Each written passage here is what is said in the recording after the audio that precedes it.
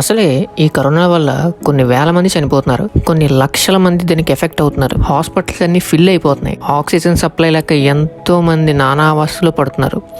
ఇలాంటి సమయంలో ఈ బ్లాక్ ఫంగస్ అనేది వచ్చింది.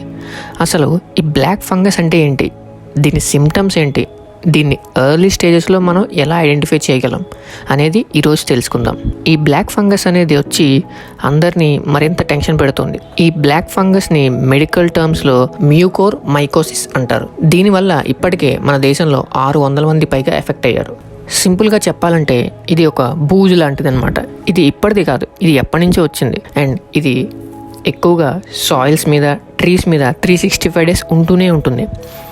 ఈ బ్లాక్ ఫంగస్ ఎక్కువగా కరోనా వచ్చి తగ్గిన వాళ్ళకే అటాక్ అవుతూ ఉంటుంది.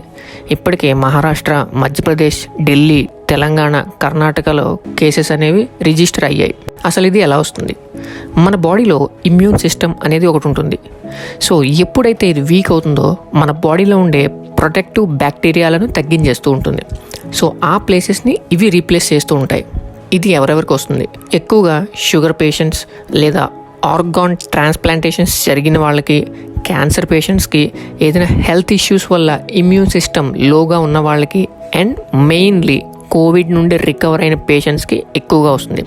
ఎందుకంటే ఈ కోవిడ్ తగ్గడానికి ట్రీట్మెంట్లో ఒక పార్ట్ కింద ఈ స్టెరాయిడ్స్ అనేవి యూజ్ చేస్తాం. ఎప్పుడైతే అవి మన బాడీలోకి ఇన్హెరిట్ అవుతాయో అది మన బాడీలో ఉండే ఇమ్యూన్ సిస్టమ్ అంటే ఇమ్యూన్ పవర్ని రిడ్యూస్ చేసేస్తాయి.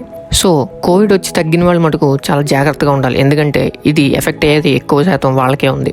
దీని సిమ్టమ్స్ని ఎలా ఐడెంటిఫై చేయాలి? ఫస్ట్లీ మన చీక్స్ దగ్గర స్పర్శ లేకుండా ఉండడం, నోస్ దగ్గర సైనస్ పార్ట్ అనేది ఒకటి ఉంటుంది, అది కొంచెం వాపు రావడం, నోస్ చుట్టుపక్కల బ్లాక్ ప్యాచెస్ రావడం, చీక్స్ దగ్గర బ్లాక్ అవ్వడం, నోస్ నుండి బ్లీడింగ్ రావడం, ఆరెల్స్ ఆ బ్లీడింగ్ టైంలో ఒక బ్లాక్ కలర్ మెటీరియల్ బయటికి రావడం, నోస్ బ్లాక్ ఉండడం. ఇలాంటి సిమ్టమ్స్ ఏమన్నా కనపడితే వెంటనే మీరు ఈఎన్టీని కన్సల్ట్ అవ్వండి.